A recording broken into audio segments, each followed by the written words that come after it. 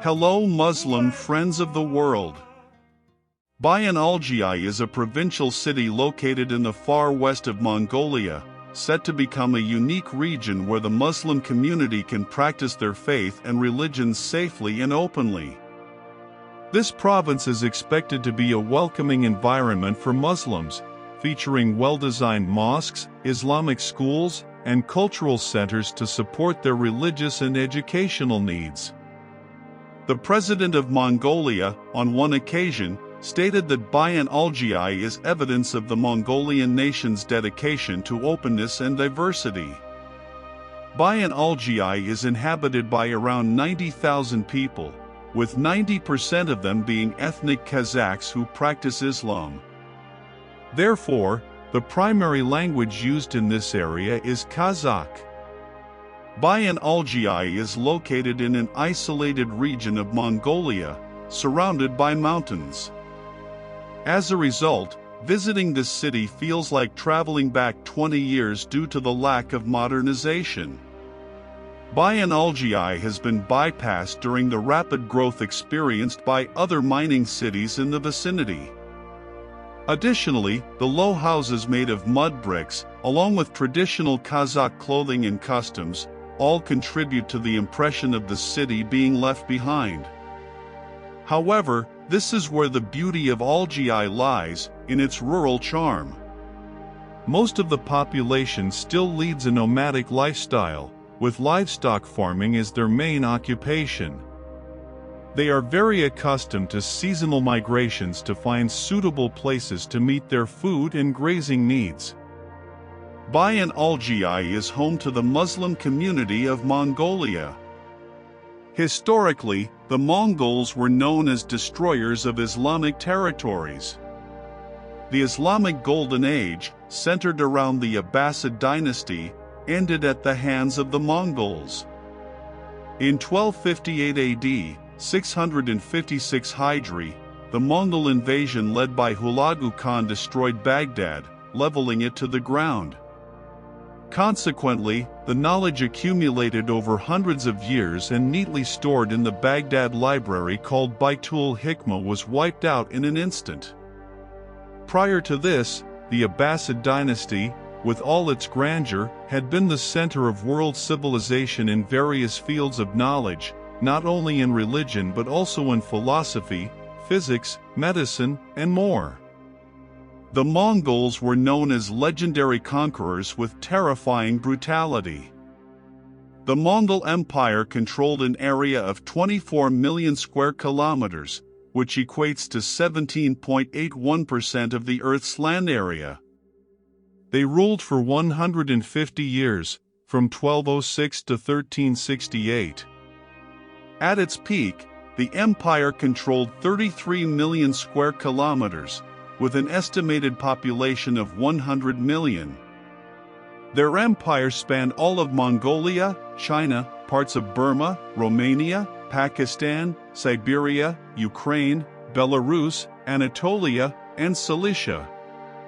Hence, the Mongol Empire is considered the second largest empire in world history, after the British Empire. The empire connected Asia and Europe in less than a century.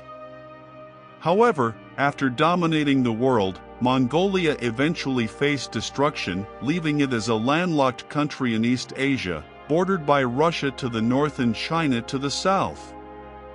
Previously, China and Russia were part of the Mongol Empire. But these two countries developed beyond Mongolia. Today, China's name is far more recognized compared to Mongolia. The most influential leader in the history of the Mongol nation was Genghis Khan, a figure who succeeded in uniting the fragmented Mongol tribes into a vast empire that eventually dominated almost all of Eurasia. They even managed to dismantle the Islamic power that was then the center of civilization.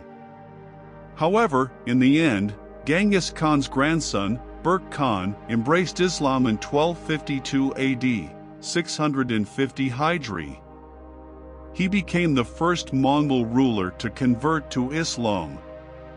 Burke Khan inherited his father's power in the Golden Horde after his brother, Bayan Khan, passed away. Burke Khan's domain was located in the northwestern part of the Mongol Empire, which now comprises parts of Russia, Ukraine, Moldova, Kazakhstan, and the Caucasus. After converting to Islam in Bukhara, thousands of Mongols in the north also rushed to embrace Islam. Burke Khan became a devout Muslim and promoted Islam by building a mosque in Sarai, the capital of the northern Mongols, now part of Russia. Thus, Burke Khan ultimately altered the grim history of the Mongol nation in the eyes of the Islamic world. Thanks to him, it is noted that the Mongols were not entirely a nation that destroyed Muslims.